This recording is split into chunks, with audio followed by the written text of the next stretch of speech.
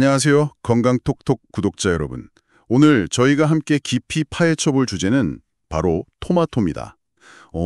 건강에 좋다고 해서 많이들 챙겨 드시죠. 특히 그 토마토의 붉은색, 라이코펜 성분 때문에 많이 찾으시잖아요. 네, 맞아요. 그게 항산화 효과가 아주 뛰어나다고 알려져 있죠. 네, 암 예방, 특히 전립선암 예방에도 좋고 혈관 건강에도 도움을 준다고 하고요. 그렇죠. 여러모로 유익한 성분입니다. 근데 이 좋은 토마토, 어떻게 먹느냐에 따라 우리 몸에 흡수되는 정도가 크게 달라진다는 사실 혹시 알고 계셨나요? 그 점이 아주 중요합니다. 그냥 생으로 먹거나 주스로 갈아 마시면 흡수율이 4%밖에 안 된다고 하더라고요. 네, 생각보다 매우 낮은 수치죠. 그래서 오늘은 이 토마토의 영양과 효능을 제대로 100% 쏙쏙 뽑아 먹는 방법에 대해 자세히 알아보겠습니다.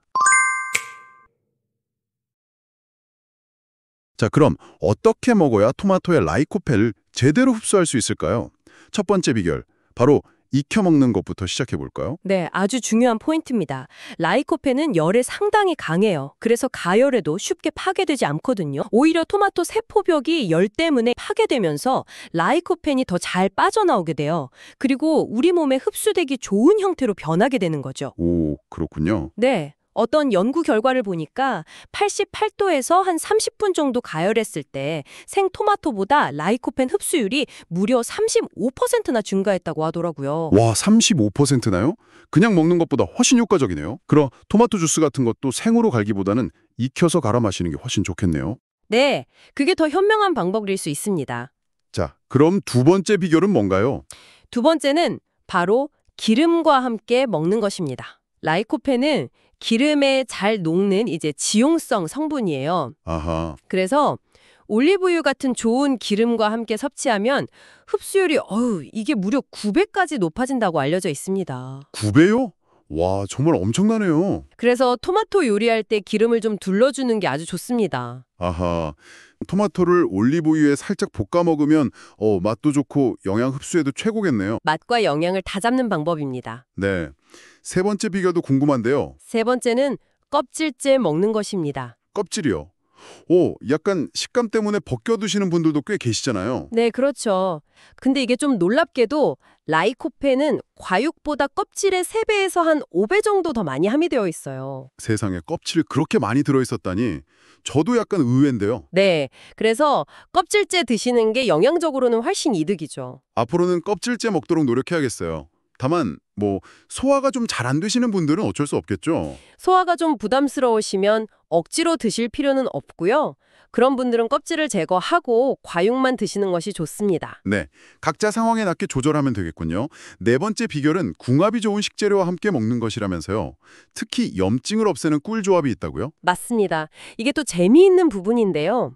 토마토를 달걀, 당근, 시금치, 로즈마리 같은 것들과 함께 먹으면 시너지 효과를 내서 염증 억제에 더욱 도움이 된다는 거죠. 오, 시너지 효과요? 네, 예를 들어 달걀의 루테인, 또 당근이나 시금치에 많은 베타카로틴 같은 성분들이 라이코펜과 만나면 항염 효과가 극대화된다고 해요. 아하. 그래서 이걸 기름에 함께 볶아 드시면 앞에서 말씀드린 익히기와 기름 활용 조건까지 딱 맞으니까 정말 금상첨화죠. 그러네요. 토마토 달걀 볶음 이거 정말 맛있고 건강한 요리였네요. 네, 아주 좋은 조합입니다.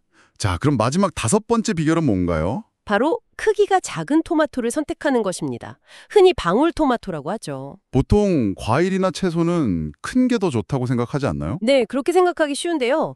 영양적인 면에서는 방울토마토가 일반 토마토보다 더 유리할 수 있습니다. 아, 그래요? 어떤 점에서요? 우선 비타민 A 함량이 2배 이상 높고요. 철분, 칼슘, 아연 같은 미네랄 함량도 더 풍부한 경향이 있다고 해요. 그리고 또 중요한 게 아까 껍질째 먹는 게 좋다고 했잖아요. 네. 같은 양을 먹어도 방울토마토가 아무래도 껍질 비율이 더 높으니까 라이코펜 섭취에도 더 유리한 거죠. 아, 그렇군요. 크기는 작아도 영양은 꽉 찬 셈이네요. 네.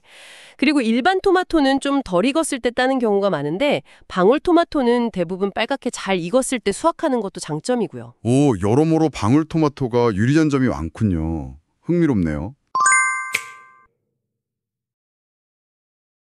자, 그럼 이제 토마토에 대한 속설들도 좀 짚어볼까요? 많은 분들이 궁금해하시는 것 같은데 설탕 뿌려 먹으면 안 좋다는 얘기가 있잖아요.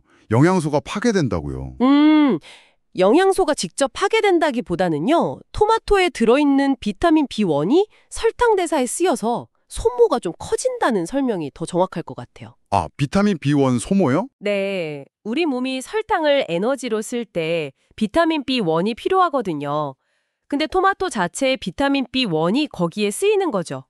그래도 토마토에는 다른 좋은 영양소도 많으니까요.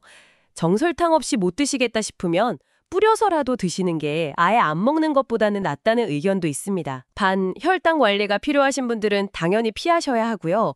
오히려 소금을 살짝 뿌리면 단맛과 감칠맛이 더 살아난다고 해요. 오, 소금이요. 신기하네요. 그럼 냉장 보관은 어떤가요? 보통 채소니까 냉장고에 넣게 되잖아요. 토마토는 실온 보관이 더 좋다고 합니다. 12도 이하의 낮은 온도에서는 토마토 고유의 맛과 향을 내는 성분 생성이 멈춘다고 해요. 아, 맛이 없어지는군요. 네, 그리고 이미 생성된 향기 성분도 줄어들고요. 냉장고에 넣었다 꺼내도 원래 맛으로 잘 돌아오지 않는다고 하니까 조금씩 사서 실온에 두고 빨리 드시는 게 가장 맛있게 먹는 방법입니다. 그렇군요. 실온 보관 기억해야겠어요. 케찹은요? 이것도 토마토로 만들었으니 괜찮지 않을까요? 라이코펜 자체는 농축되어 있어서 함량이 높을 수는 있어요. 하지만 케첩에는 맛을 내고 또 오래 보관하기 위해서 설탕, 소금, 그 외 첨가물이 생각보다 많이 들어갑니다. 그래서 건강식품으로 보기는 좀 어렵죠. 대신에 토마토 퓨레나 홀토마토처럼 첨가물이 적은 가공식품을 활용하는 것이 좋다고 하고요. 제품 뒷면 성분표를 꼭 확인하시는 게 중요합니다. 마지막으로요. 덜 익은 초록색 토마토 있잖아요. 이건 혹시 익혀 먹으면 괜찮나요? 그건 절대 안 됩니다. 아, 정말요? 네, 덜 익은 토마토에는 솔라닌이라는 독성 물질이 들어있어요. 이게 가열해도 쉽게 없어지지 않거든요. 먹으면 복통이나 메스꺼움 같은 걸 유발할 수 있고요. 특히 아이들은 더 주의해야 합니다. 헉, 그렇군요. 위험하네요. 네, 푸른기가 있다면 냉장고 말고요. 실온에서 완전히 빨갛게 익혀서 드셔야 안전합니다. 오늘 토마토의 효능을 100% 끌어올려 먹는 방법에 대해 정말 알차게 알아봤네요.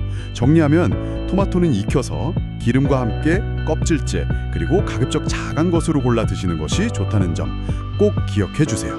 네, 오늘 알려드린 방법으로 토마토 맛있게 챙겨 드시고 더욱 건강해지시길 바랍니다. 다음에 더 유익한 건강 정보를 찾아뵙겠습니다.